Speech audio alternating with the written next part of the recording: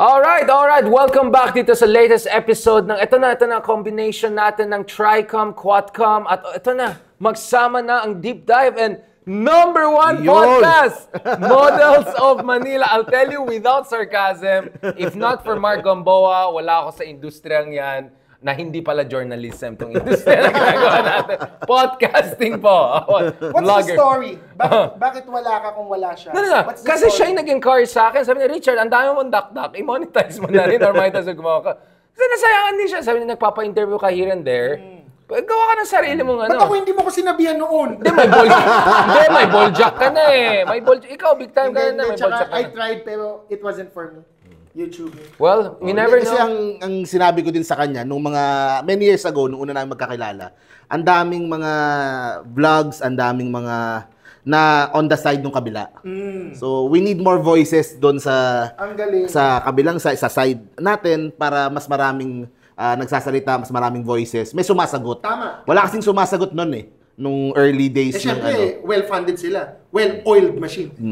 And if you traffic in disinformation and chismis and etcetera, talagang may advantage ka. Algorithmically, there was that MIT study na lies travel, 4, 6, 7 times over. Faster. So talagang, but what Mark was really right about, among many other things is, don't abandon the battlefield. Kasi andyan na kayo sa mainstream media eh. Columnist ka ng ganitong newspaper, radyo, ganyan. Pero ito, ang tao pupunta na ngayon sa social media. So, thanks to you, we realize, we're abandoning the field. Tsaka, that's where the brainwashing happens eh. Yes. Diba? Hindi naman sa mainstream o sa yung pag yung araw-araw kang nanonood ng content nitong vlogger na to, doon ka, yun na din yung sinasabi mo, yun din yung sinasagot mo, yun na din yung pag nakikipagtalo ka, those are the talking points yun na din ang kinakain nila. Oo eh. Kaya, dapat, at least bumalance eh. And yun nga, sa ano din naman eh, kumbaga may kita din from YouTube, AdSense. So, lucrative din. Oh, pero hindi 10 million ha? Hindi 10 million. At nagbabayad ng double taxation. Buwis yan, buwis dito. 10 million? Pang-artista yun?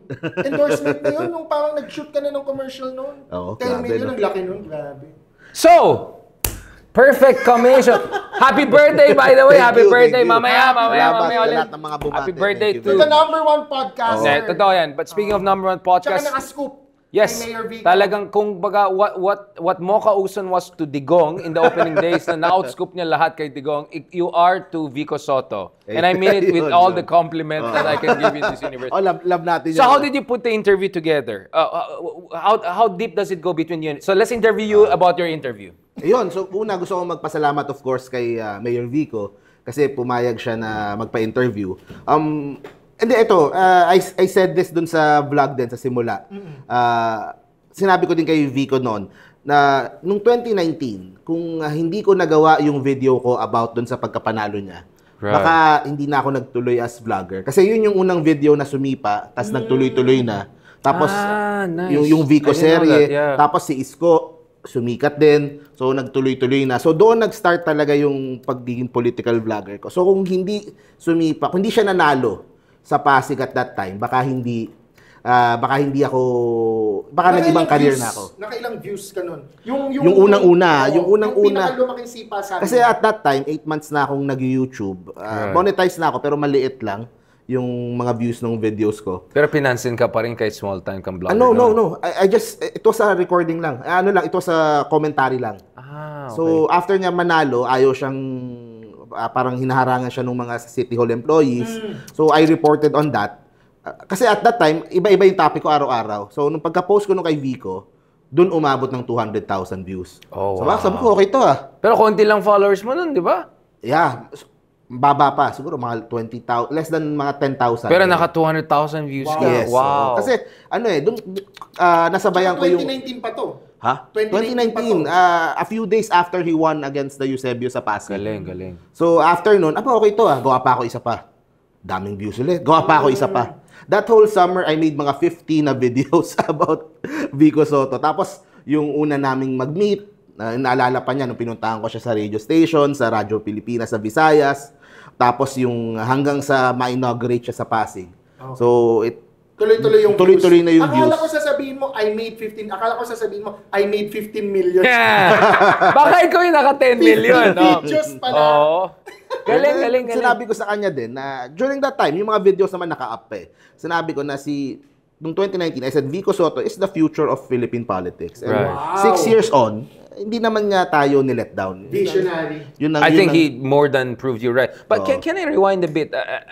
Maybe Jez knows better than me. Can you remind us of the drama of him becoming the mayor? Kasi parang people take for granted, Vico, the best yan. But he was really an underdog in every sense of the word, right? At that time, even nung I was hearing a few months before the 2019 elections, na sa survey daw, medyo dumidikit si Vico kay Eusebio. Pero no one believed it. Yeah. Kasi Eusebio yung mga yan, ilang dekada na yang nandyan. Si Vico Soto, wala namang Counselor pera. lang, yeah. Wala namang, hindi. Kumaga ang meron siya is, of course, yung at that time, yung kanyang 3 years as councilor and of course, yung Damarcad. Itbulaga. Oh. Hinarangan pa yung, naalala ko nung hinaharangan yung Itbulaga sa Pasig. Yung nila, yung mga sugod bahay. sugod bahay. Syempre kasi pabor kay Vico yun eh. So, hanggang nung manalo, syempre masaya, tuwang-tuwa na kaya palang talunin yung malaking dynasty na yun. And sinubukan ko lang gumawa ng video. Tapos yun, sunod-sunod na. Naka-attend ka ba ng mga rally ni Yun nga. Can you tell us about the rally? Hindi ako nag-attend ng kahit anong yung mga yung mga Pero di ba guerrilla yung niya? guerrilla Exactly. style. Kasi mga See, barangay can you captains, explain? Yeah, please. Yeah. Pinagbabawalan siya mga kampanya. Oh. Yeah, Dahil exactly. pinagbawalan ni Eusebio. Right. So hindi siya makahiram ng stage or hindi siya maka-set up ng maayos na mga setup. So parang kukuha lang siya ng track. Tapos tatayo siya sa track. Wow. Ganon. Tapos, Ma'am Dani talaga, Ma'am minsan Dani. puputulan sila ng kuryente, mga ganong mga story. Ang siguro at that time ang isang difference lang din, at least kasi at that time, tito niya is sa Senado. So Senate President. Senate President, Yeah, at for that least matter, yeah. sa safety niya, sa niya, Safe Correct. safe pa din. At least hindi doon Pero sa nasa aspeto mga na yun. Eusebio ngayon? Actually. Nandun lang, nasa Pasig lang. Wala na sila sa politics, right? Walang, may marinig ka, siguro susuportahan sila. Kahit sa councilor, wala na sila. Walang Contractor, man.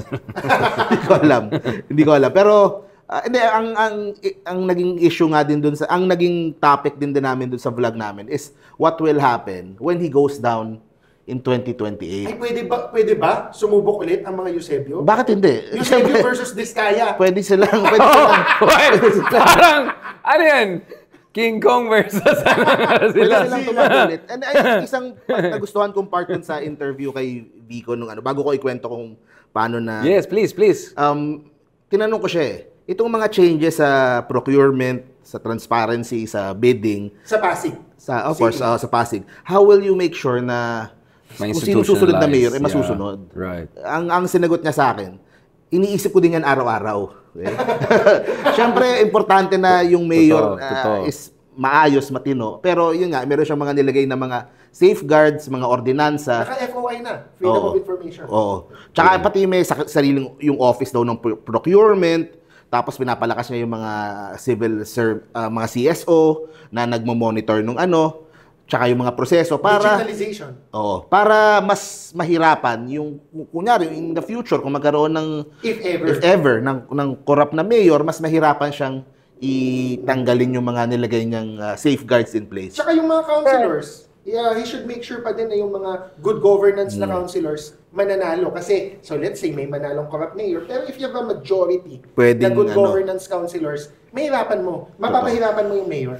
Yun, and last elections, di ba, nag-15-0 sila. Di ba? Sweep. And ako, ang assessment ko Slam nga, dunk pala nangyari. Hindi nakalusot si Isham, si Supsu. hindi nakalusot. Hindi nakalusot. Wow, natalo pa. Sikat Oo si nga Isham, si pala, Supsu. no? Pero kasi Diskaya siya before. Pero umalis siya kay Diskaya. Independent. Pero wala rin. Pero Too wala late. din. Yeah. Pero ang nakita ko talaga sa Pasig, for the last 2 election cycles na sumama ako sa mga nila, Vico Soto talaga is yung command, yung influence, talagang buong-buo yung tiwala ng mga Pasigueño. Enough na kung sino yung nasa slate niya, yun talaga yung binoboto. So, to follow up on that, do you think may endorsement power siya na kung sabihin niya, ang i-endorse kong susunod na mayor, Dodot Jaworski, assuming yung vice mayor niya yung i-endorse niya, di ba? Most likely. You think susunod ang mga, or maniniwala, magtitiwala ang mga Pasigueños? Dodot Jaworski, ganun. Siyempre, di ba, ang matunog, is Vice Mayor Dodot, nandiyan din si Congressman Roman. Pero I think basta nandyan si Vico. Yun nga, kasi pag nag-national siya, baka maano yung oras niya, or syempre mahahati yung oras niya, pupunta siya sa iba-ibang lugar. Pero kung as long as nasa Pasig si Vico, hindi matatalo yung So, congressman? Parang makes sense. Congressman na lang siya. Parang may insider na alam ka. Hindi, sinabi niya, di ba? Sinabi niya, he's not running for any office sa 2028 eh. Hindi natin... Pero can he afford? Yun nga yung point natin. Can he afford? Kasi ma-expose yung team niya tumakbo. Basta nandun siya. Kasi syempre, meron pa rin fear na kunyari, ibang mayor, tapos hindi maayos or maging corrupt. Pwede siyang bumalik eh. Merong ganun. So, elder statesman siya at 39 years old, something like that. Parang head of the party. Head of Giting ng Pasig. So, kung hindi maayos yung pumalit sa kanya, I think naman, kung siya naman yung pipili, malaki naman yung chance na maayos, he could come back at 2031. And then... So let's talk about... So, this sets the tone, no? Kasi gusto kong makita ng tao yung konteksto ng bakit ikaw nag-outscoop sa lahat. No, but more importantly, yung comfort level ng discussion at saka yung timing. Kasi pinag-usapan namin ni Attorney Jez yan, di ba? Which is, parang medyo magaspang yung language na ginamit niya. May caveat naman siya. Sabi na marami tayong kaibigan sa media, ganyan-ganyan. Pero even for Vico na nakita ko na medyo fighter mode, andun tayo together, di ba? Doon sa isang campaign. I've seen his fighter mode version. Pero ito medyo bardaguls na eh. Yung parang talagang may hugot siya eh. So kanina, I was just looking at these videos last year pa, pinapagalitan niya yung mga ibang contractors, engineers, kung ano-anong ginagawa. You could see, may pinanggalingan na to eh. Can you explain to me kasi ang why? What's going on? Ang nakikita natin sa media, yung mga umiingay lang na story about the Discayas nung election period. Pero ang daming backstory. Ang daming backstory sa ground eh. Ang daming, at that time... Can you tell us? Yeah, please. Dahil nga doon sa mga awayan na yan, dahil nga si Vico is just enforcing yung the law doon sa unpaid local taxes. Yung mga Diskaya siguro feel nila hindi Diskaya kami, inaano mo kami, lalabanan ka namin. Simula nung nag-start yon, ang daming mga disinformation, fake news, tapos ang daming like what? Kasi parang mga pages sumikat yung mga fake news about Vico. Like ano fake news? Sa kanila, yung sa City Hall projects. Issues, yung City Hall project nila. Yung 9 billion. Tsaka yung mahakot na ralisa, taga-QC pa yata. Meron pang mga nahuli, di ba? Yun yung mga nababalita sa news. Pero aside from that, ang daming mga ginagawa. Ang dami nilang ang pangit pakinggan, pero ang dami nilang hindi mo alam kung sino yung mga nababayaran nila or na talagang ang hellbent sila on destroying Vico and beating Vico sa pagka-mayor. Ginastosan talaga. Di ba sa interview, I asked, ballpark figure ng nagastos ng Diskaya. Basta hindi bababa ng B eh. Hindi bababa ng bilyon eh. Yung ginastos for mayoralty race. Si Leandro Leviste, hindi bababa ng B. Yun. Mamaya natin pag-usapan yung mga self-made billionaires na mga peanuts lang inano. But balikan natin. So yun nga, napaka-init nung laban.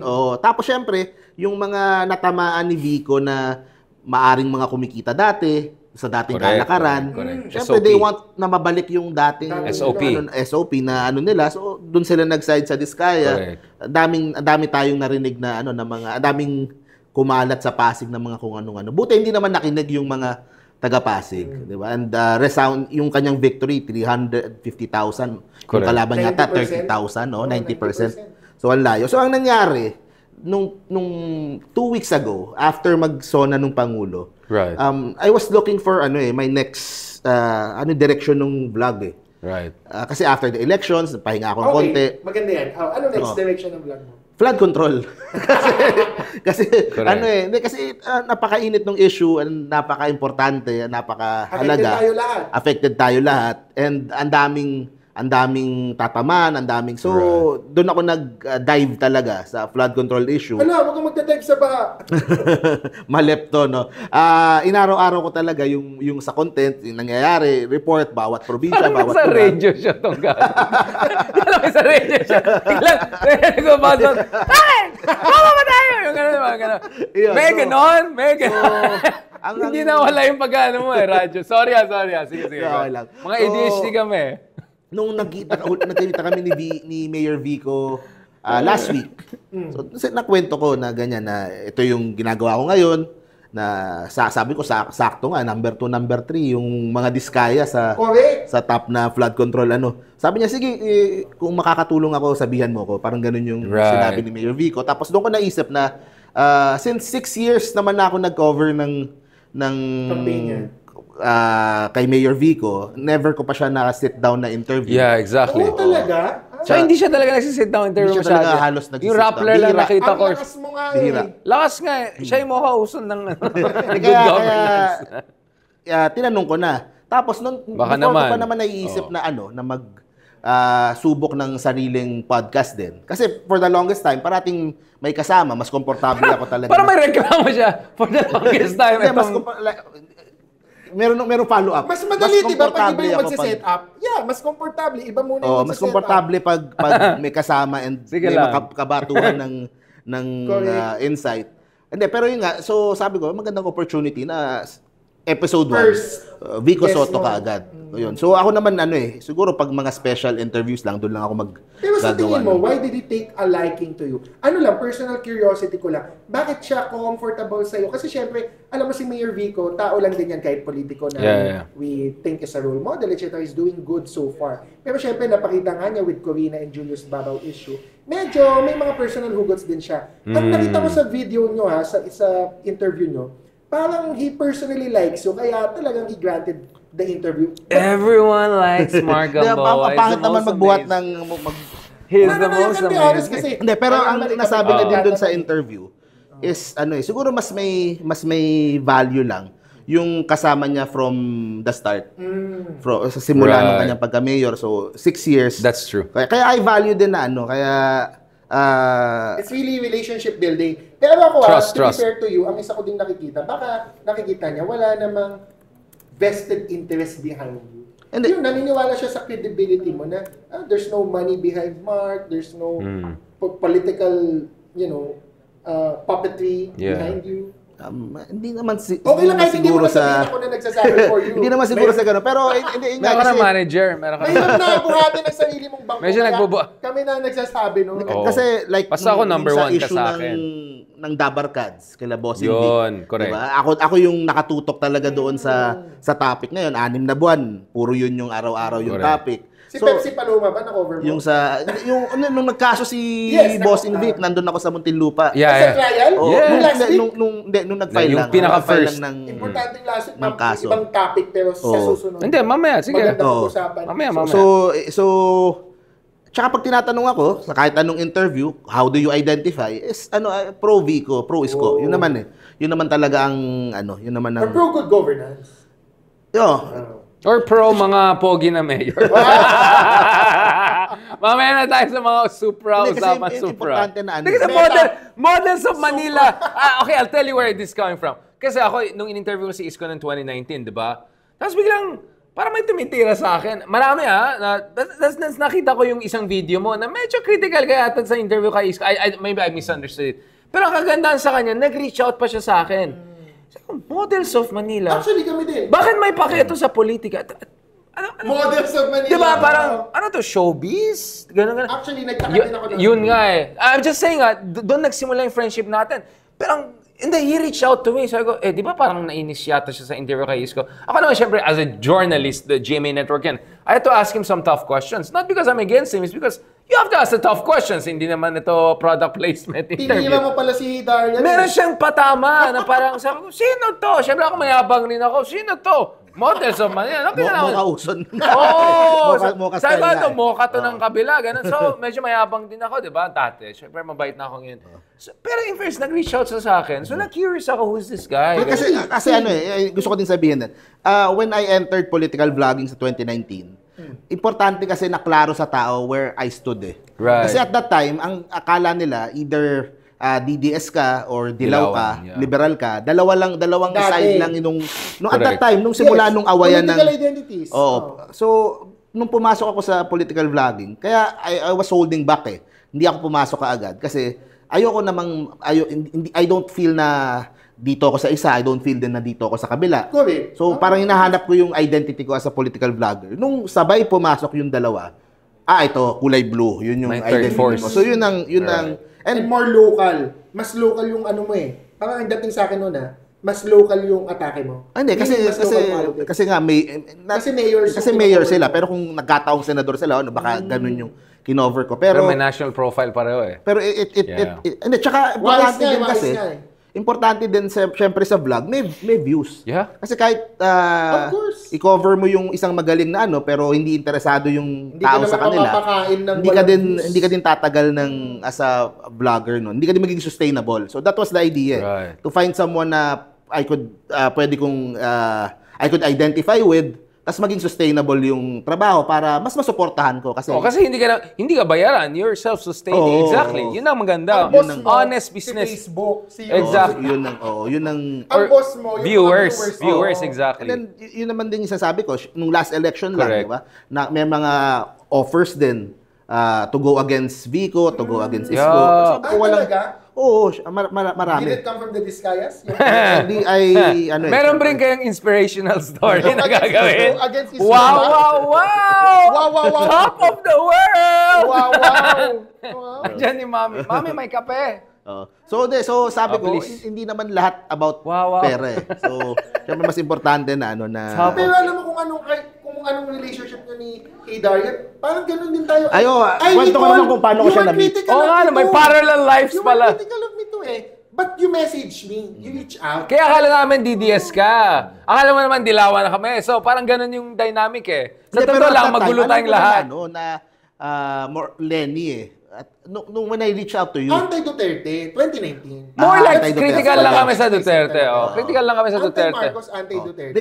I reached out to Attorney Jess at that time kasi 2021 kasi yun yung time na si Yorme Isko is contemplating a presidential run. I was critical of Yorme. Of Yorme. No. Pero ang goal ko noon is to reach out doon sa side ng supporting Leni Robredo. Just in case if Isko is the unity candidate. Yun ang idea. Yun ang, kaya that's why kaya ako nag-reach out sa kanya. Nag-chat, nag-Zoom. Kasi pandemic time pa noon. Na-interview ko siya. Tapos yun nga, nangyari na yung nangyari nung 2022 cycle. Nag-aaway na. So, hindi ko na siya ang maganda sa iyo, ang maganda din, sa lahat sa atin, open naman tayo eh. Sa iba, basta yung sa level na hindi yung gutter level na like iba. If you reach out in a way na, ito may merits. Pero hindi ko alam sa kabilang channel, Nag-reach out ako, pero parang ayaw yata mag-usap. Sino bang other channel? Ewan ko kung ano sinasabi. Isa lang naman ang natin. Try to kasi marami tayong kaibigan na mga vloggers din from all sides na hindi dapat tayo nagpe-personalang mga vloggers. Kasi mga politiko... Uy, sorry, minsan kung kita... No, yung personal na... Kasi naka-yellow siya the other day with sila bang, uy, kahapon lang, Dolomite Beach, kayo hindi dilaw. Ang sama ko rin kasi. Pero nag-sorry ako, Nag-sorry. Discuss natin yan later, yung Ninoy Day. Masama. Pero yun nga. Please, go ahead. Vico pa rin Vico on topic. Hindi, yung iba kasi talaga nag-aaway ng personalan. Cancel culture. So, hindi dapat kasi mga politiko naman, ngayon, away sila, tapos behind the scenes, sila nagtatakipan, sila tapos tayo ang nag-aaway. Diba? So, walang masama kung magdedebate tayo, kung magpapatagisan tayo. Pero mabait ka kasi. Like eto, mabait ang puso pero masama yung labas. Diba? Balaura eh. Ako naman kupal ka agad yung tsura. Konyo na to. Ikaw talaga mabait ka. Mabait talaga siya, so, diba? Ganun yung nangyari. Ganun yung... And that's good that you reach out. Kasi at the end of the day, naman tayo lahat Pilipino. And we all want what's best for the country. Correct. So let's go back to your interview with Vico. It was a comprehensive interview. I suggest everyone check it out. Models of Manila. It's a really good interview. Ang galing mo pala, bro. Number one podcast. Number one podcast. First episode pa lang. Sa Pilipinas. Number one. First minute, number one agad. But as we speak, mag 1 million views naman yan. Kung hindi lang na si Torre, yung news cycle, Vico pa rin. And we're gonna go to Torre soon. Okay, so what is your sense of the interview with Vico and what are the highlights of the interview? Without being spoiler. So hinati ko yung, before going to the interview. Anong structure? In structure ko na. Unang kalahati, first part is about flood control, Diskaya, last election. So everything about last elections. Kasama yung controversial na post niya about sa mga journalists. So yun yung, nandun yung sa unang part. Right. Pero humaba yung mga 40 minutes yata yun. Mahaba yun. Tapos the second part, much shorter. I wanted na ipasok yung mga achievements niya sa Pasig. Kasi I feel lalo na kung hindi ka naman naka-monitor regularly sa page ni Vico, baka hindi aware doon sa mga magandang developments na nadulot nung good governance na ginagawa niya sa Pasig. Correct. Yung napag-usapan namin yung mga scholarships, yung mga Can pabahay. we go through them? Yeah, sorry. For the purpose of people, ano yung mga key Top achievements? Lang mga big 5 achievements niya. Yeah, sakto. Big 5 agenda yung Big 5 main talaga, sinabi literally. niya. So, the first one we talked about yung, syempre, yung ano niya, nakilala siya, transparency, bidding, yung budget, lumaki yung budget from 10 billion, naging mga nasa 20 plus billion na yung budget more than twice. ng Pasig Galing. sa buong term. So, And tax explain din niya, collection, hindi din siya ganun kadiretso na ano. Without imposing new taxes. Wala, without, Tax efficiency lang yan. Tax collection. Gumanda yung tax collection. efficiency, Pero, And proper declaration. and tsaka yung natipid sa procurement. Okay, yung mga hindi nakukurakot. Mga hindi nakukurakot. Pero in-explain din niya kasi minsan din meron ding pag hindi nagagastos kaagad, nalilipat. So, nandun Hindi sa rin video. maganda na marami Hindi ng rin maganda. surplus. Gusto niya proper investment Utilization. ROI. Galing galing Kaso ang talaga problema kasi, pag kunyari yung opisina, hindi sanay na sumusunod sa, kunyari yung proper way ng doing nung mga procedures, tumatagal, na delay. Kaya ganun yung nangyayari sa budget. So, una yun. Yung opisina na hindi sumusunod sa proper procedure? Pag sanay ka sa Under Mayor Vico, meron pa ba? Meron, di ba? naayos, Last year, naaway na nga eh. Last year, grabe, gumagawa na. Pero yun nga, hindi madaling hindi ganun kadaling yung nakasanayan. Can't teach old dog new tricks. So yun, one is yung sa budget. The second one I asked is yung sa healthcare. Okay. Yung inaayos ngayon na second general hospital and yung kanilang bagong mini hospital na ginagawa, zero billing sa Pasig. Wow. So yun, in-explain niya yun. Healthcare. Anong pinapakita nila para zero billing? Kasi sa Makati, sikat ang Makati, magpakita ka ng parang yellow card or Wala na. Anong gagawin sa Pasig? Wala, pupunta ka lang. Yung pagkakaalam ko, Pero baka may database sila. How do they verify if you're a Pasigenyo? May database. May database yan. Sinasabi nga niya yung sa hospital nila sa isa, yung unang general hospital nila, 60% yata yung Pasigenyo, 40% kasi nasa boundary ng Rizal. Oh, wow. So it takes in... Even non-Pasigenyos wow. are benefited. Hindi ko alam kung yung hanggang magkano yung discount pag for sure hindi 100%. Pero yun, so yun yung in-explain niya. Tumutulong sila sa mga nearby municipalities. Mahirap na matanggihan kasi nandun yung... Okay. So ano siya? Hub siya. Healthcare hub. Wow. Nangyari na kasi ang reasoning din nun, yung mga national na hospitals, tinatanggap din naman yung mga Pasigenyo. Correct. So, it's their way of giving back then. Right. So that's the second one. Healthcare. Pangatlo yung housing. So, merong mga 4 na buildings na kinoconstruct ngayon for housing, mga pabahay. Low cost. Yung sa mga katabi ng river, mga danger zones. Right. Pero sabi niya, mas proud siya doon sa settling yung mga land disputes. Maraming ganun sa Pasig kasi. Yung iba bibili. Informal settlers. Na matagal lang nakatira doon, yung iba pinatira nung may-ari, pero inaayos nila yung usapan. Saan nila-relocate or paano nila? Hindi, walang relocate nga. Ina-acquire nila yung lupa. Okay. So, tapos tatayuan niya din doon ng mas maayos? Hindi. Tapos pwedeng hulugan unti-unti ng mga informal settlers para maging sa kanila talaga. Legalize them. Legalize na. So, yun yung... yung sinasabi mong dangerous sa bank, sorry, parang anong ginagawa niya doon? Yun ang ililipat mo sa mga high-rise. Relocate. Yun ang i-relocate mo. Hindi talaga pwede sila doon sa tabi ng ilog. Kasi lalo na pag bumabaha, sa tabi ng Pasig River, sila talaga yung tinatamaan talaga. Okay. So, yun ang kailangan mong ilipat doon sa mga high-rise na hindi mo na ilalabas ng city. Kasi ganun din pag ilalabas mo, babalik din sila. Correct. So, yun sa third, sa housing. Sa fourth is yung education. Right. Ayan. Yung sa scholarships, more than double yung dami ng scholar sa Pasig. Yung sa sariling school and sa ibang school. Kaysa gumawa ng panibagong school, they just, yung sa mga private na schools na lang, mga vouchers, basta meron silang mga scholars na sinusuportahan. And lastly, yung sa pinag-usapan namin yung sa bagong City Hall na ginagawa. Yun ang pinaka yun ang grabe. legacy. Giba na yung luma. Okay. And Saan sila nag-office ngayon? sa Bridgetown. Kaya So they're renting. they're renting doon sa isang building sa may Bridgetown. Yun yung temporary habang ginagawa itong 2 hectares na Pasig And why City does Hall. it cost 9 billion? Siyempre, Malaki. naman ang tanongin ng iba, di ba? 9 billion sounds a lot like flood control Yeah. projects. 2 hectares yung lot na gagamitin doon. Tapos, ilang floor yun? Yeah. So, mga 7, 8 floors. Tapos, ang ganda nung design. Modern yung design.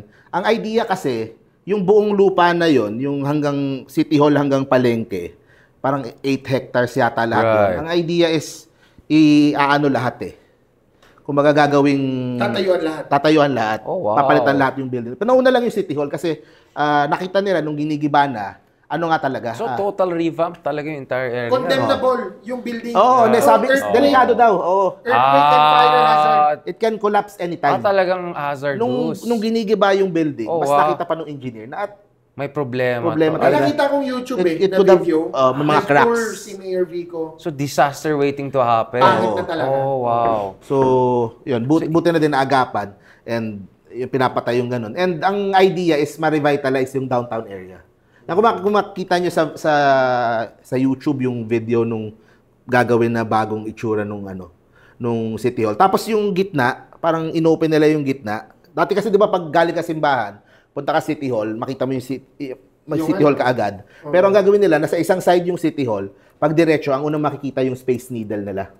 Yung revolving tower. So yun yung mga major projects na I wanted to tackle din, na isama din sa video. Siyempre, prangkahan tayo. Sino contractor yung 9 billion? Kanino na-award yun? Transparent naman lahat. Hindi ko kabisado pero Baka lang may magtanong, di ba? Baka lang may magtanong, sino yung company? 9 billion, laki yun. hindi ko kabisado. Pero pwede namang ipacheck. Hindi siya spokesman ni Vico, just to be clear. So, during the interview, how do you think he explained that? Kasi, for me, maganda yung observation mo. Ang nag-gets ni Vico is hindi pwede good governance ka lang. Na purong negative in a sense of negative na walang corruption. Dapat may concrete ka rin contribution. Diba?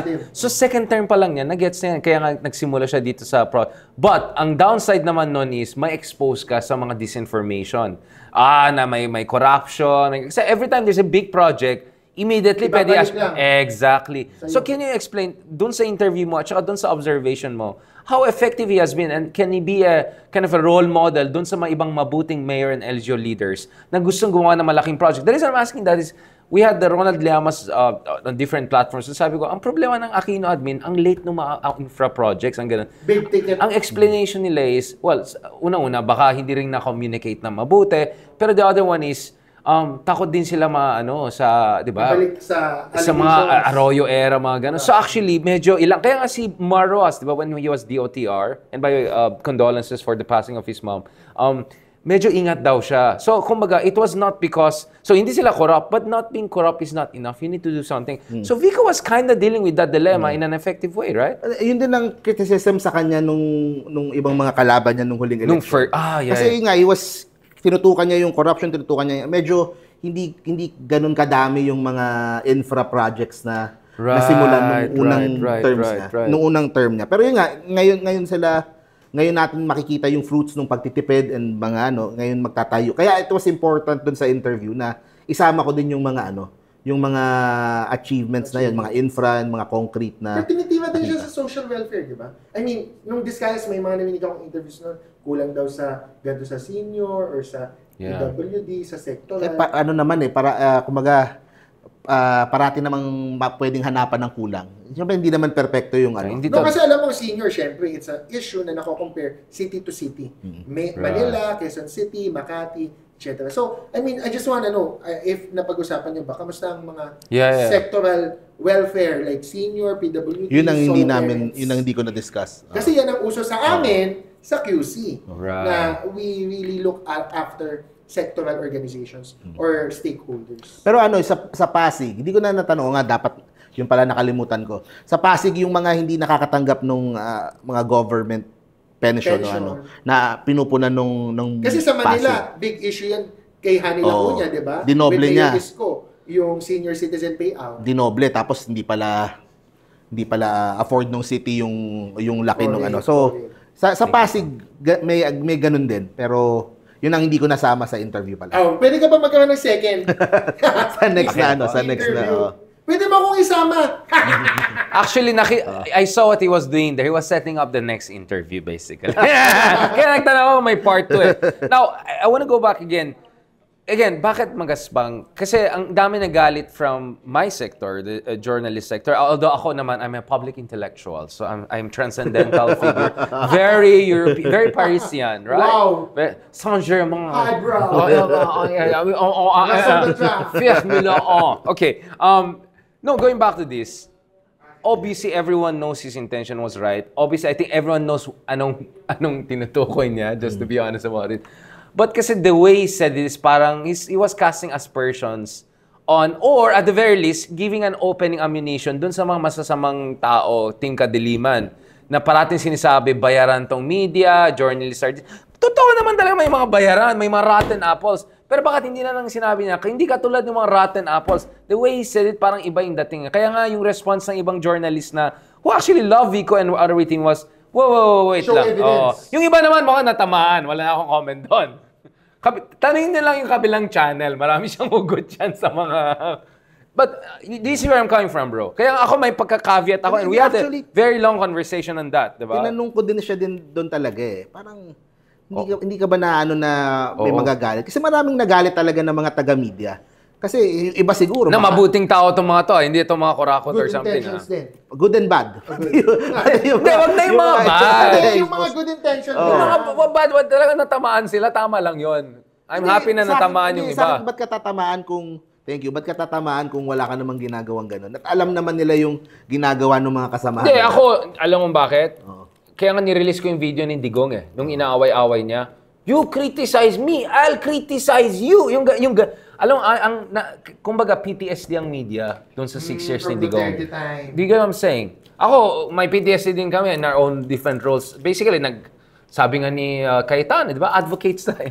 No, but going back to this, ako kasi I hope he understands, PTSD siya sa mga nag-disinfo sa kanya, pero PTSD din ang media sa mga disinfo at mga kababuyan na ginawa ng Digong administration. Kung mga lahat tayo biktima ng disinformation. So, we just felt it came off a little bit too, hindi naman reckless, masyadong sharp edge. He could have been a little bit more suabe about it. Kasi may swabe naman siya eh. Kasi hindi siya nagpangalan ng tao pero naglagay ng mga picture, di ba? So, yung pala eh. Magaling ka pala magpatama, di ba? Pero, and then, why did he give an exact figure? May resibo ba siya? Eye-popping number. But hindi na sinabi millions or todo-todo. I mean, there are many ways to say may mga malaking bayaran dyan. Pero why give 10 million specific number, mga ganon? Bakit what if 900? Hindi kasi ano eh.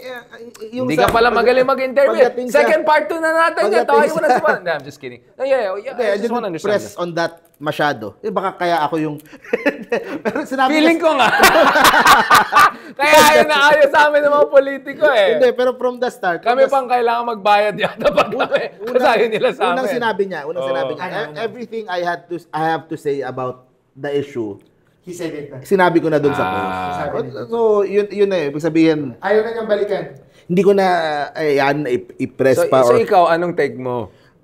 Ikaw, what's your take? Kasi yung sa mga diskaya at that time, medyo rinig mo nangyayari. Medyo, ako... Wow! Top of the world! Si ganito, narinig ko, ang nakuha niya, ganitong halaga. Yeah. Ganito, magkukwento, natanggap ko, ganito, laki, paldo ako. Okay yan ah. Ganyan. So, hindi ako magugulat kung talagang nakaabot kay Mayor Vico kung ano mang figure yung binibigay. Kasi meron din namang lumalabas din ngayon, meron din mga tumanggi kay Vizcaya Oo Hindi ba Karen Davila came out and openly said hindi naman lahat nag dun sa interview Ako din. Hindi, joke lang. So, yun I'm small. Mayaman ka I'm not rich enough to be offered by and this you're guy. rich enough to say Episode 2 no. ko kasi episode 2 ko Sarah Vizcaya. Wow! Sabi ko nga, Sarah 5 million with lang. H. Sarah with H. 5 million lang. Wow, discounted pa. Discounted pa. 50% off. Plus payong. Hanggang kailan yung promo? Hanggang... Hindi pa 2028. Ang layo pa. Bago Baka may promo Blue code Ribbon. ka. Bago matapos yung Blue Ribbon. Pero alam mo, ako, just to share, I actually know a lot about mga ganyang rates. Just to share, may mga No, let's be honest, may rotten apples talaga. Hindi, wag muna tayo dun sa journalist na content creators. Kasi different issue pa yan Journalists who wade into content creation, di ba? Doon muna tayo Sige, pag-usapan natin. Okay, what's the... Let's talk about it. Correct, let's go. Either galing sa showbiz or TikTok content creator na may YouTube. Ang dami nag-endorse di ba, nung huli. Hindi, ganito yan. If 8 million, let's say, or 10 million ang subscribers mo on YouTube, ang normal rate dyan for an interview is half of your subscribers. Or 30%. So, I know for a fact, for example, one YouTuber na, let's say, may 8 to 10 million followers, para ma-interview niya ang isang mayor or senator, depende, hindi din lahat ng senators or mayors na in-interview niya may bayad. Hindi ko sinasabi yan. Yeah. Pero may iba alam ko meron. If meron. So Yung that's the iba, formula. 2 million, 4 million. Pero alam mo, bobo yung ganun. Alam mo bakit? Sorry engagement is not based on the fun. He just explained to you. Yes. He only had 20,000, he got 200,000 views. No, so actually, dapat titignan nila engagement numbers mo, hindi lang following mo. Siguro kaya nagalit si medyo lumang model na yan, laos na yan. Ganun. More than yung followers din, although importante yun. Yung credibility na kasama pag in-interview ka ng... Yung certification. Yung certification. Michelin star ka pero yun yung sa mga journalists, di ba? I'm just saying muna, content creator to pa. Totoong may rates yan. And madaming content creators ngayon kasi, pag election year, ang laki ng pera kasing lumalabas. Sarap buhay. So, they're trying to catch some of the windfall. Yeah. Ang main na question talaga nga ni Vico, sinasabi nga niya, tanong ko, ba't mo ginawa yan? Ang dami magagalit. Ang main question, where do you draw the line? Yes. Maganda as a society, pag-usapan natin, di ba? Kasi open secret Noong nakaraang eleksyon, maraming mga sikat na artista, vlogger, nag-endorse ng mga politicians na lumalabas yung pangalan ngayon, yung mga tinatawag nilang contractor. Diba? Tractor. Mga party list na may mga sikat na artista. Where do you draw the line? Correct. Diba parang hindi yun naman ang tanong for journalists na turned content creator. Pero ako just give me time Ako I wanna differentiate kasi si Corina Sanchez with Julius Babaw Kasi ako tinitingnan ko, to be fair to the content creators, yung kay Corina Sanchez, yung interviews niya, for me, mas problematic. Because mas klaro yung timelines in terms of journalist ethics. November 2024, tsaka Jan 2025, yung interviews. Ngayon, let's say, may bayad o wala. Pero kung may bayad yan, let's remember, Mark Richard, hindi naman bawal actually magbayad kasi kung declared mo naman yan as political expenses and political ads legit naman you know your own network very strict your own network na where you have shows may mga declarations yan actually si Corina Sanchez pwede niyang ilabas yung resibo if ever kasi sinabi niya yung iba may resibo etc ito lang ganyan kung magkano yung amount but going back sa ethics si Corina kasi November, Jan alam mo na may issues na ang mga Vizcayas. Mayor Vico was very vocal. Ako sinusundan ko nun, St. Timothy, tsaka Miru. Pero, in election period, I mean, naka-register na sila ng October. Naka-file na sila ng Yeah, I mean, come on. Ako naman, that's where I wanna point out, hindi kasi masyado alam ng tao, tsaka hindi ko to napopost kasi it's too detailed. Yung kay Julius Babaw, in fairness, June, July, August yung interview niya. Actually, way before in fairness. The filing of candidacy. In fairness to Julius, Tsaka wala pa talagang balita masyado nun about Miru and St. Timothy or yung mga unpaid local taxes. Wala pa yun. So, to be fair... Timing matters din. Oo, to be fair, medyo na-lump si Julius with Corina, but the timelines show something different. One. Second, actually, if you notice yung kay Sir Julius, more than kay Corina pinanood ko yung buo ng kay Corina. Kaso deleted na pero may mga ibang nag-re-upload. If you watch it, masyadong wala ka talagang mapupulot. Pero yung kay Julius Babaw, madami kang unintentionally buti na lang pala na interview niya.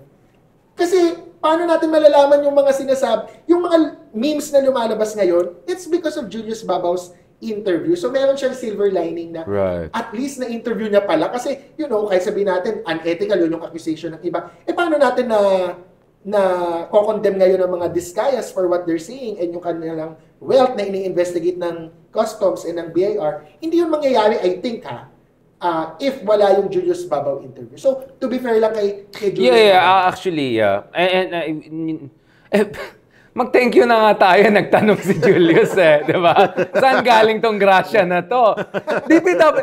Why would they say that? Why would they say that? Impunity? Grabe.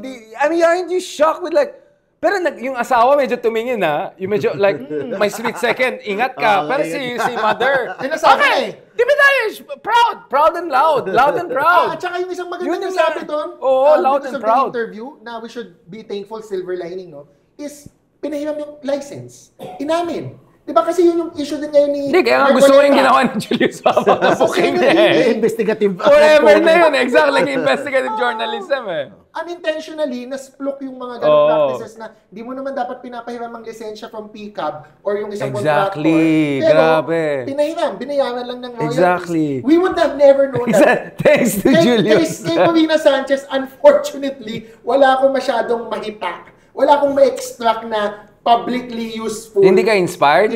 Hindi ka inspired? Hindi ako inspired. Imagine mga bata ngayon, anong pangarap mo? Mag-DPWH. Contractor. Alam mo kasi yung mga old people, District so engineer. sa mga Discayas, markers of kasi sa kanila, di ba? Status and wealth. Correct. Yung luxury cars. Ngayon sa mga kabataang tulad ko, tulad natin. Sige lang, Jess. Travel. Medyo baduy na. No, it's about experience. Yung mga luxury cars para, medyo. Ang mahal ng maintenance. Correct. Saan mo igagarahe? Correct. Di ba? Ba't ka pa bibili ng luxury car? Tsaka pwede ka mag-rent din yata di ba? Kasi dapat mag-travel sa space ka lang. Sa pera nila. Sa pera nila. SpaceX, sasakay sila sa ano. Pero yung umbrella at yung Hermes leather ang hindi ko nakayanan Kasi hindi ko pa alam, nung nag-usap tayo, sabi niya, alam ko, Richard, hindi ka mayaman. Ito ang explain ko kailangan mo ng 40 different versions kasi yung iba may umbrella, yung isa walang umbrella, yung isa Hermes, yung isa Ferragamo. Yes. Sorry! Hindi mo alam. Nakita mo ba? May chiller. Yung isang kotse. May wine glass na naging tuloy yung mga car, vlogs. Naging siya ng content ng car vlogs. Oh my God. Grabe pala. Hindi ko alam. Grabe. Ang daming versions. Hindi ka kasi bilyonaryo. I'm sorry. I'm a normal person. Pero bilyonaryo ka? Not even. Utang. Charot na. By the way, akong taklesa ako Sabihan nyo lang pag-stop na. Alam ko, accountant yung kapatid mo. Kausapin natin. Bilyonaryo. Yes, siya. Sorry. And lahat ng tao have a right to be a millionaire. Mabasok ko basta maayos, malinis. Of course. No, ako kasi, yung billionaire, na yan, excessive That's why we have to tax the rich, we have to have a wealth tax. Ibang usapan na yun. Hindi tayo galit sa mayaman, pero sana naman, di ba? Medyo, wag 40 cars. Pero si Julius, may interview siya sa isang congressman, alam ko, 30 yung cars niya. Purong puti pa yung iba. Parang, kailangan natin na maraming lifestyle check mangyari sa mga panahon ngayon. Anyway, Mark, so, ano yung pinaka-highlight dun sa interview ng Vico? Kasi we're gonna go to the man who stole the news cycle from you and Vico, General Torre, very shortly. Ano yung mga highlights dun sa interview? And what are your hopes for Vico? Kasi ako, ang worry ko lang is, we put all our hopes in one man, and no man is perfect, or I don't think that's how democracy works.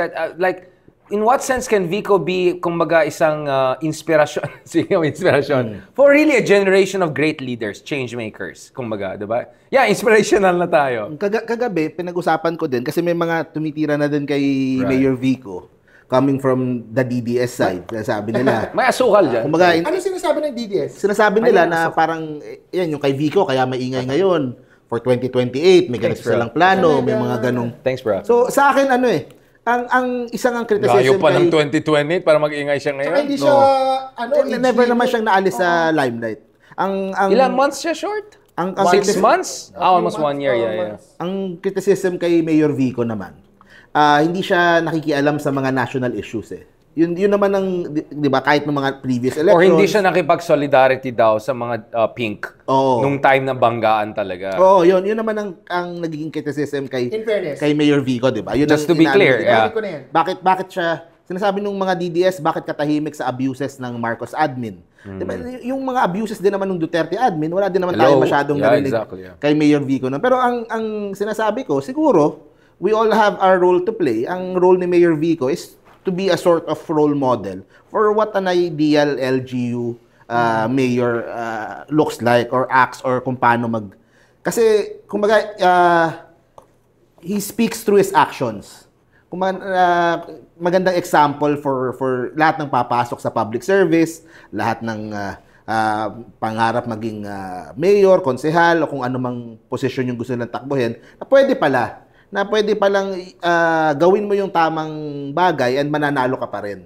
So I think yun ang role ni Mayor Vico ngayon eh. Yun yung kanyang nagiging and ganun talaga pag mayor, you have to be more local. Kasi ang hard to navigate national politics kaso local. Correct. Naapektuhan eh. Oo, maapektuhan yung local politics eh. I mean, yung welfare ng tao hindi yung politika mo as a mayor.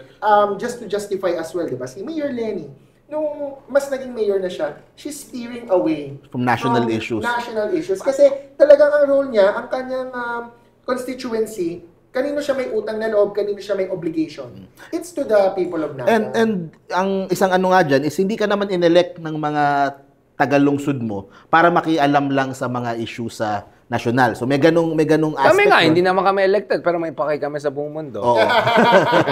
Sana kami Echosera. At the same time nga, syempre, yung constituents mo, halo-halo din. May DDS dyan, may Pink dyan, may Loyalista dyan. So you can't cater lang o you can pick sides. Exclusive. Oo.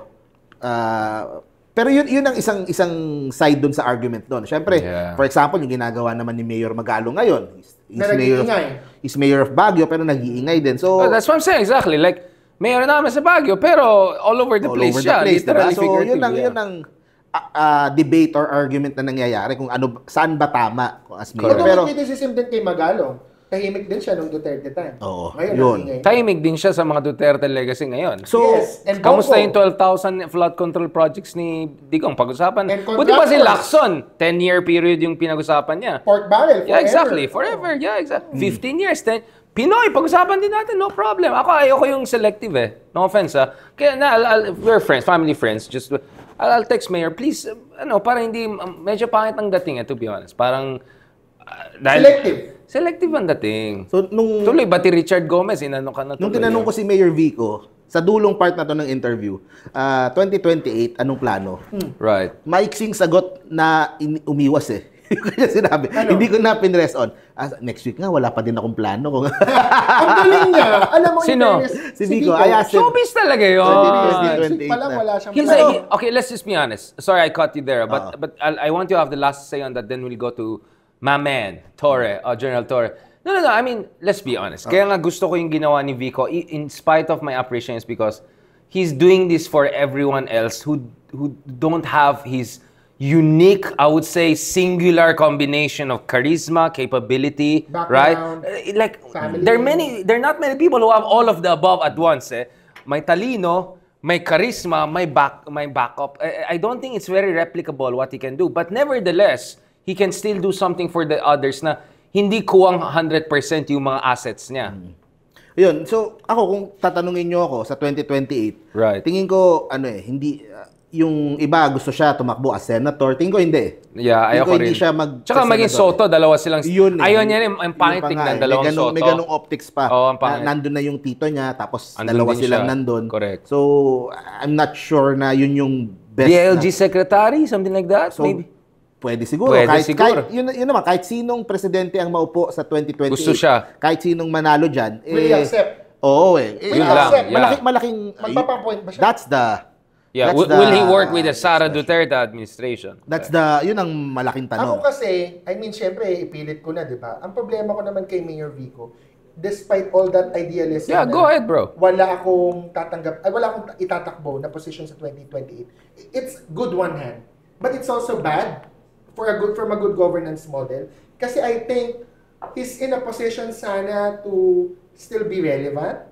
and make changes. Kahit ayaw niya, sabihin niya, hindi siya pang Congress, hindi siya pang congressman, hindi siya pang senador, at least you're taking one position from a corrupt person sana na mananalo. Ikaw ang makakaupo, let's say, senator. Kung hindi man niya, ako kasi I want him to think, and okay lang kahit i-break niya yung promise, nag-promise na siya. Sa akin, okay lang yun. Break mo na yung promise mo, lahat naman yan. Nagbe-break ng promises eh. Ang mas maganda sa akin, tumakbo siya for senator 2028 because just by chance, if we get a good candidate 2028 manalo presidente, he can build on that in 2034. Kasi kailangan ng good successor yung next president. Ako naman, sa akin personally, I don't think he needs to be in position to stay relevant.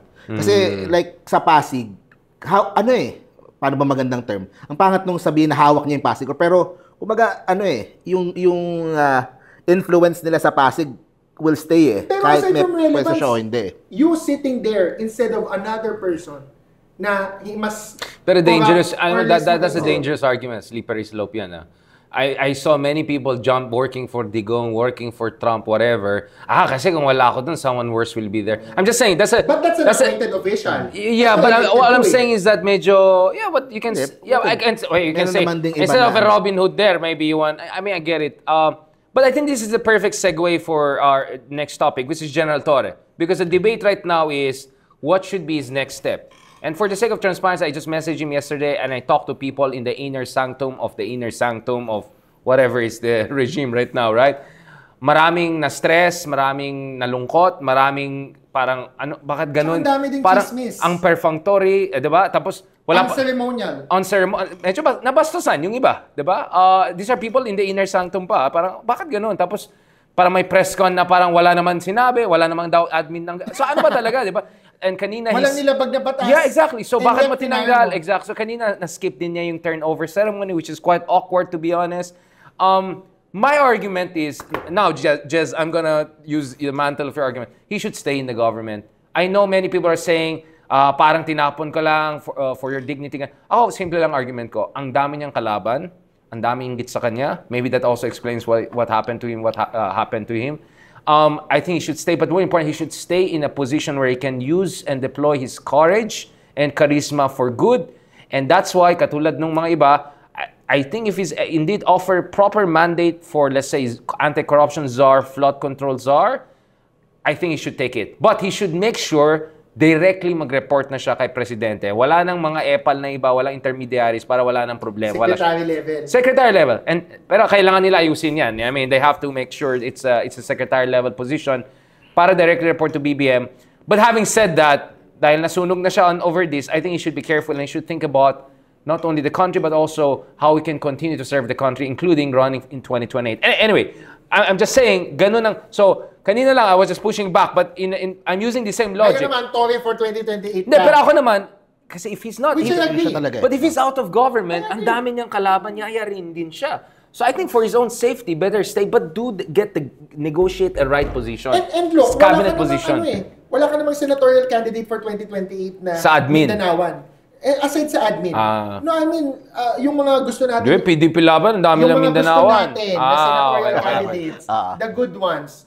Si Torre ang isa sa mga... I'm journalist, I'm objective. I have no preference. We have our personal preferences naman. Everybody has may biases. Standard tayo. May standard But ako. But we can be objective when it comes to trabaho, when it comes to commentary. Pero ako, masasabi ko siya kay Torre, no? Ang laki ng problema ko na na-fire siya. Kasi una, ang pinaka-concern ko, immediate concern, paano na yung loss sa Bongeros issue? Yes, kasi correct. I recall, one of the reasons why the witnesses or the witness came out is because may trust and tiwala kay General Torre. Right. Ngayon, I'm not saying Nartates is not credible or believable, pero yung witnesses kasi doon it's not the same. And then second, yung urgency baga ng PNP to help, I think iba pa din with Torre. So, I hope the new leadership is still as gung-ho. And we congratulate the new leadership. I have nothing against him because he was really next in line. Yes. So, this is not like a weird... So, the congratulations to my fellow Ilocano. Just to play my cards well. Ilocano kasi. Alam mo na, Mark. Mga Mark Gambo ang miss ko yan. Akala mo, ikaw lang, Mark. Ako lang magsasabi ng mga masasama. Go ahead. Ikaw, Ronald Diamas namin dito. No, second concern ko precisely is that Correct. Meron pang unspoken or unrevealed chismis, if not fact, why Torre relieved, quote-unquote, or reassigned Nartates to Western Mindanao. Let's be real, baka may mga nalilito. Wala akong, no comment ako dyan. Huwag ka naman comment. I'm sure kung may mga makakasig na Ronald Diamas. police or military, pag inassign ka kasi sa Western Mindanao Command, para kang quote-unquote tinatapon. It's like a punishment. So, doon talaga nag-alma si Nartates and yung group niya na PMAers, si Torre kasi PNPA. Pangatlo ko pa yun, wala pa ako doon. Ang pangalawa ko is, ano yung reason bakit rini-assign ni Torre to Western Mindanao si Nartates? Unrevealed pa yun. Hindi pa natin nalalaman anong basis. So what are the speculations? Well, of course, ang sinasabi dyan is... Speculations lang yun, we're not saying anything, No, the only reason bakit mo itatapon yun doon is because ayaw mo siya in another area where allegedly he can do something that's not to your liking. Ngayon, ang tanong, do we trust Torre to make the decision na tama yung decision niya? Because if we do, si Torre yung nagsasabi na we believe na sa tingin niya may kalokohan, si Nartates. That's from a commentary perspective lang yun. That's the only reason why, quote-unquote, itatapon mo siya. And let's be realistic as well, no? Let's be correct as well. Hindi natin sinasabi pangit ang Western Mindanao. Yun yung perception ng mga nasa na parang purge yun. Office. Yes, na tinatapon ka. It should not be a punishment, but in reality, that's how they're making it to be. Torre worked his way to the top because of his Mindanao appointment. Correct. And remember, Torre was actually meron siyang arc of redemption already. Remember, nung press con, yung may traffic accident, yung mayaman, di ba siya yung kumaga parang na-purge din siya in a way. I think people forget it. He was sidelined for a long time. For a while. Yeah. For a while. Actually, akala ng tao tapos ng career niya. And then the Kibuloy thing happened, he rose to the occasion. Yes. So kaya sabi ko, I believe in this guy. Sabi ni yung favorite mong attorney na walang napanalo pa. Sabi niya, Icarus. Sabi ko, hindi, Phoenix yan. This guy has a background of coming back from the ashes of defeat. Actually, lalo na kung ma-reappoint siya in a different position. But that's my second. But anyway, sorry for the detour. So ano yung issue with Nartates? Hindi pa yan revealed. Correct. Ang third dyan is yung away ng PNPA tsaka ng PMAers. And with all due respect sa mga PMAers, we love them. I salute the military. I just watch food delivery. Saludo tayo sa ating mga sundalo who defend our country, no? Pero when it comes to the PNP, I don't think talaga na we should continue with the practice of having PMAers become the PNP chief. Parate, automatic. Unfortunately for Nartates, he felt bypassed. Patapos na kasi yung mga PMAers eh. Yun nga, dikit silang dalawa. Si Nartates na yung isa sa mga huli, if not huling, PMAer. Correct. Lahat after him, PNPA na. Yeah. Ngayon, ano ba yung PNPA? Baka sabihin ng mga tao, ano ba yan? Ganun. PMAer, pag Philippine Military Academy ka, ang training sa'yo, more military mindset. And there's nothing wrong with that. Pero hindi siya fit sa PNP kasi ang PNP is supposed to be a civilian agency, civilian mindset. And yun yung tinuturo sa PNPA. Kaya nga nag-establish ng PNP Academy, separate and distinct from PMAer. So, it was a big win nung na-appoint si Torre. Tapos ngayon, mababaliktad yun na nawala yung first PNPA alumni or graduate to head the PNP. Those are my problems with the filing. Right. Ikaw, bro, what is your understanding again of the whole? How shocking it was. I know you were still in the afterglow of your #1 podcast in the universe. You were still checking your one. Nagkakanda ko nung yung boxing match. Yung kumbaga yung parang high niya as PNP chief eh. Grabe. Tapos hindi, meron siya yung tumalon-talon siya, nagbabarel-barel the other day, di ba? Pero iba yung sigawan yung mga tao. Meron ka People's Champion, ganun. Nandun sa Secretary John Vic. So, I was there. Yun yung high, ang taas pa nung high. Tapos biglang ganito yung mangyayari. The way na tinanggal siya parang, syempre medyo din sa tao So, I'm not sure if it was the best way na ginawa yun. It could have been done na parang mas less na nakakahiya or less na hindi ganun kalaki yung damage na makukuha ni General Torre. Right. And kung talagang merong trabahong sa kanya or inoffer sa kanya, maganda inuna mo na yun Hindi yung naghihintay tayo, meron ba siyang bagong trabaho o hindi? O tinanggal lang siya talaga. Dapat planado na. Dapat mas planado para to save face, para hindi ganun kung talagang wala silang choice kundi palitan itong si General Torre. Ayun kasi ilan na lang yung iyan naman yung criticism ko kay PBBM na unlike Digong na meron siyang mga na-develop na mga next generation. Bataan Bongo, na Bato, Robin Hood, Robin. Nasa kanya talaga. Sabi nga ni Robin, kahit sunugin mo daw, mag-aamoy sila, Duterte sila. And nakita naman natin kung gaano ka useful kay Duterte na may ganun, na meron siyang mga alter ego. Na talagang clones. Talagang nagde-defend sa kanya kahit wala na siya sa pwesto. So, yun din sana yung kay President Marcos, pero hindi... Tory could have been that. Are you saying? Oo.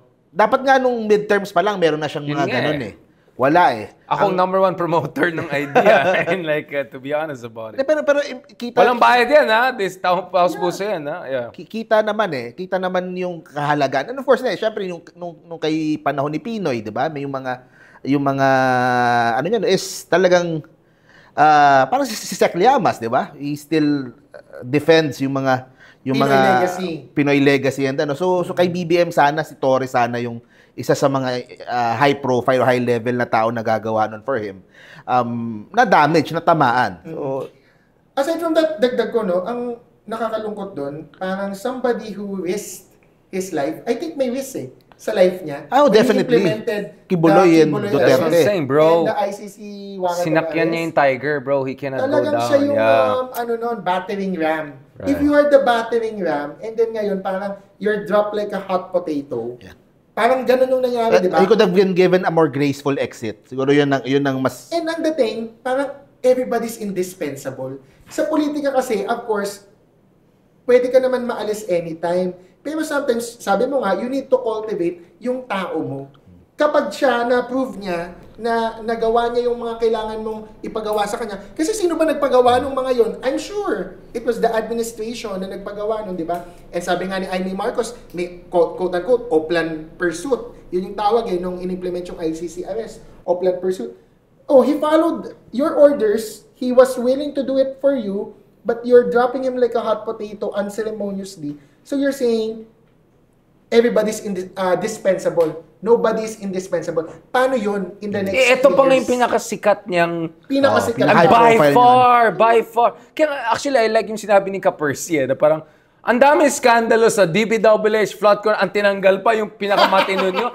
Parang napaka-off yung nangyari. High-performing PNP chief, yung low-performing DPWH secretary. Andyan pa rin. Andyan pa din. Although, who knows, maybe that will be the opening. But, and syempre, yun nga, kumbaga, paano itsura niyan in the future, paano magiging loyal sa'yo or paano maging, di ba? Paano magtitiwala sa'yo? Magtitiwala sa'yo na, sundin ko lahat ng ginawa mo, di ba? Anytime pala pwedeng... So, baka mas maging lame duck siya ngayon. Kasi, let's say may gusto siya mangyari, paano magtitiwala yung mga tao na, sige, kung gagawin namin to for this admin, how are you going to protect us din naman? Di ba? Parang, yun yung negatives. Mas lame duck siya ngayon. Yeah, let's end on this note. This is very important. So, where does this leave the Pink movement? What do you think of the Lenny Risa meeting? Because I'll go back to it, diba? We were quite worried the other month na things were getting out of control dito sa tawagin ko na lang principled majority membership ni Kiko and Bam. You had people supporting Risa, really showing disappointment and anger. You have the other side attacking Risa, even say the other side within the kakamping ka saying, wala naman tulong yan si Risa niyan, nanalo sila Bam, ganyan. So it was getting ugly. How important do you think this meeting between Lenny and Risa was, Mark? Ako nung buong away na yun nung sa Pink side, I wasn't worried Kasi alam ko ganyan din naman ang mangyayari. Kahit nung Senator Trillanes na medyo doon hindi ka worried? Alam naman nila yung mga bagay-bagay na ganun yung siguro it speaks din dun sa level nung mga leaders ng Pink na coalition na kapag kakailanganin, kapag it's time for them to come together, to unite, di ba? They could set aside yung mga petty na differences. And si Risa is always willing to toe the line. She's a team player, Hindi malaki ang ego niyan. Yeah. I can already assume na if Lenny says she's running, sobrang dali lang for Senator Risa to step back. Because ang dami namang alternatives for Senator Risa eh. Pwede siya ulit maging first nominee ng Akbayan. Oh, pwede naman siya mag-mayor ng some city. Malay mo. Pero feeling ko ito na yung last chance for progressive center-left part. Let's be honest. Hindi same ideologically si Lenny and Risa. Lenny is conservative on many issues. When she was asked about divorce, abortion, Sogi bill. Centrist. Sobrang iba. You would even say center-right. I mean, this is a standard traditional Republican pre-MAGA position. In fact, Philippines is a more Reagan nation, many people would say, right? Well, Risa is a standard social democratic center-left. Nagkataon lang dahil ang kalaban mo ay napaka-far right, medyo proto-fascist na. You look so left. You all look like left. But actually, ang layo ng social stance ng liberals from the Akbayan na the Social Democrats. And I think hindi masyadong klaro sa tao yun eh. Hindi talaga, hindi na alam ng tao at all, basically. Yung difference, I think yun ang malaking effort for Senator Risa to differentiate yung sarili niya from yung mga fellow kasama niya sa Pinks. And like I said nga, kung sakaling siya yung maging standard bearer, siya yung maging presidente, what would Risa Ontiveros presidency look like? Yeah. Yun ang magandang maging klaro from yun nga yung progressive na, pero I would have to disagree na na parang ito na yung hindi, it's growing eh. Kasi yung nakikita What's growing? Yung ang tawag mo, Richard, baka magkamali ako ng tawag, yung progressive what do you call that? Movement. Yung liberal, yung kay Risa, yung you're saying kanina. Social democratic, center-left, progressive. Oh, yung basta yung progressive block as a whole. Yeah. I think it's starting to nagsisimula pa lang siyang lumaki. Right. Kasi nakikita ko of course Akbayan number 1. Okay, yung pa lang. Right. That's Number very one big party list. number 1 party list. Maaring yung mga bumoto nga sa Akbayan hindi sila ganun ka-aware kung ano ba yung what does it mean to be progressive, to be But they would know from Chel Jokno. What Chel Jokno represents, kunwari, hindi nila alam talaga ideologically, hindi sila pol-sci, hindi nila kinakain ng politika, hindi nila alam yung mga concepts. But when they see Chel Jokno, ito yung gusto kong principles and politics. Yun mismo. Ayun, so yun pa lang malaking bagay na. Pero nakikita ko kunyari sila Ellie sa San Fernando, sila yung patuloy na pagtaas ni Luke Espiritu. So Heidi Mendoza. Oo. Hindi, si Heidi ba? Iba pa. Hindi, not necessarily on that. Hindi siya center left. Ay, hindi siya left. On that progressive. No, I had her last night and Heidi was very clear na she's very conservative on certain issues and we discussed yung Sogi. And she seemed, sabi niya bukas siya to engagement, but I think she also felt the heat on that. Even ako, I'm medyo careful ako dun. Because I'm a bit more conservative. Ako naman kasi intersectional understanding ko. There are gonna be economic issues na mas left tayo. Social welfare, progressive taxation, and then there are gonna be economic issues. And there are gonna be social issues like divorce or abortion na baka some of us are more conservative ka pala.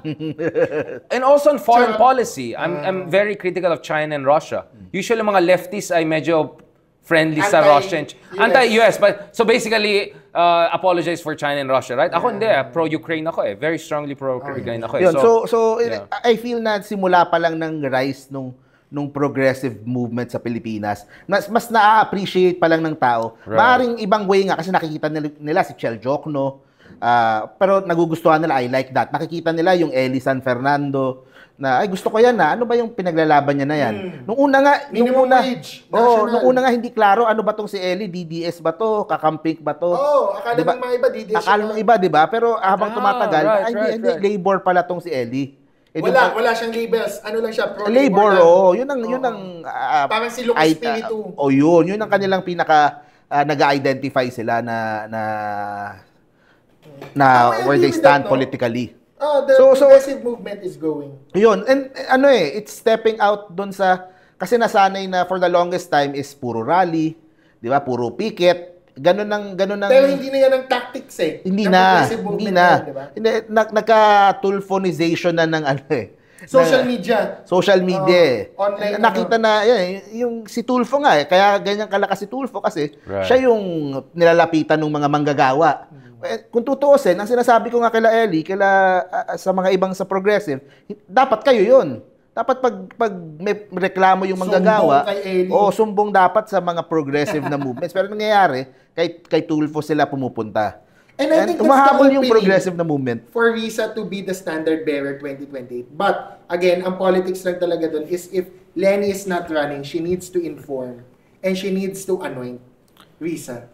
Yun. Sa akin, walang masama Yun. na Happy birthday to you.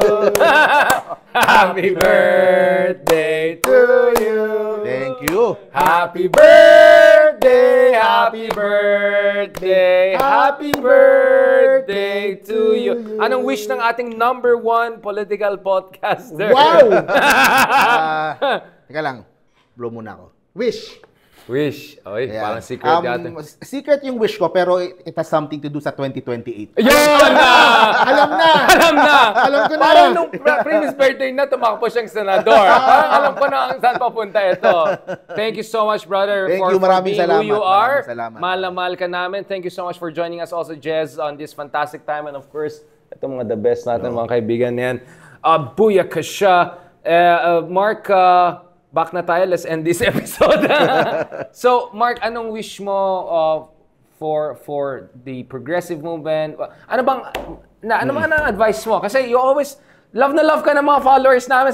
Ang tawag sa kanya, Attorney Mark. Kasi sobrang sharp daw yung idea. Senator Mark. Tapos talagang yung wisdom niya practical. Kaya minsan nag-aasaran tayo, di ba? Down to earth. Pero alam ko naman saan gagaling. Parang ang point mo, kayo kasi nasa silo kayo, your great ideas.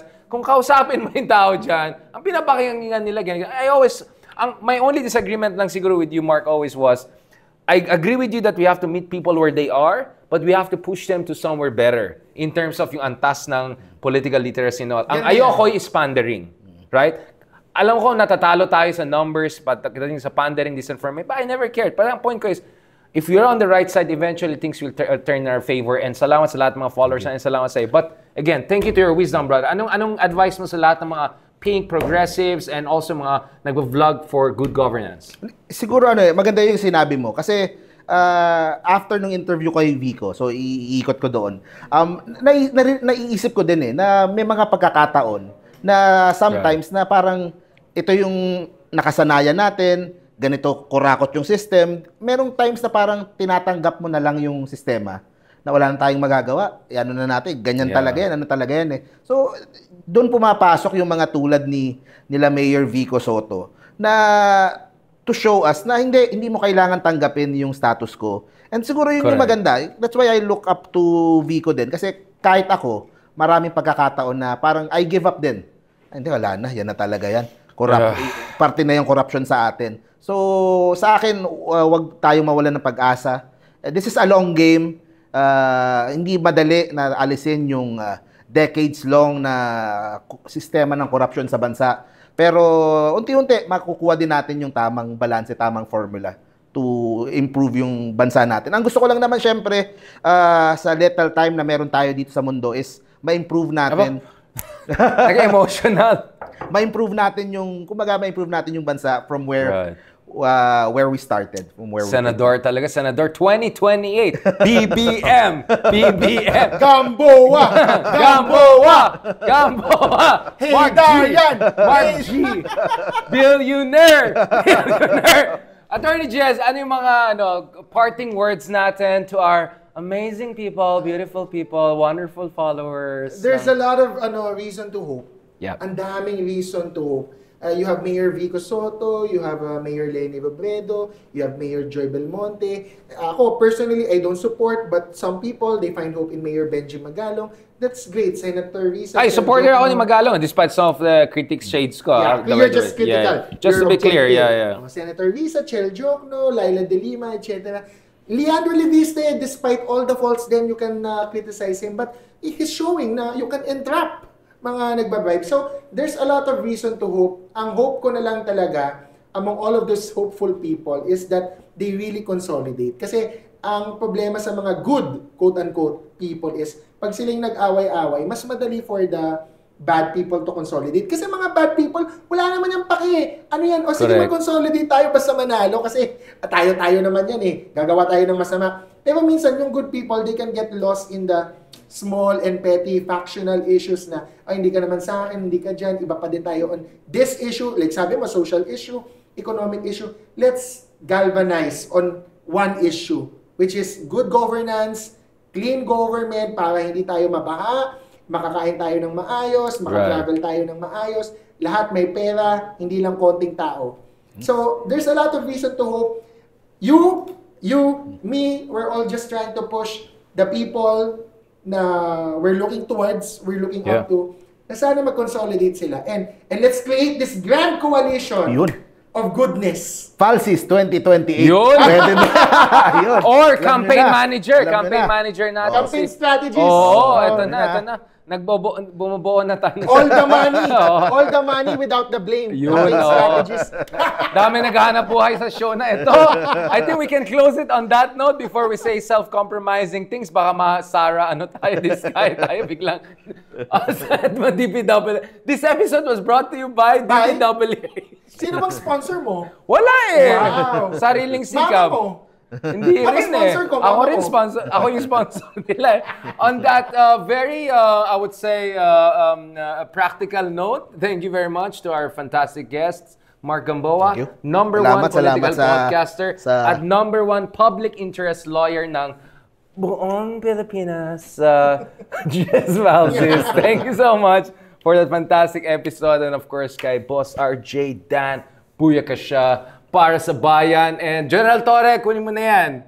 Kaya yan. There's a way back. You were a phoenix and you remain as a I-guess phoenix. mo kaya siya? Oo. I-outscoop ko naman tong ito. So, kailangan ko yata ng security. Marami mabangga dyan. Questions. Magsasend ako ng questions. Pero walang bayad din, ha? Libreng-libreng bagay. Dami naman views, hindi na kailangan ng bayad. Thank you very much, guys. And on that episode, special combination episode, Quadcom, Tricom, Models of Manila, FYI, Deep Dive. Bahala na yung kabilang channel. Thank you very much.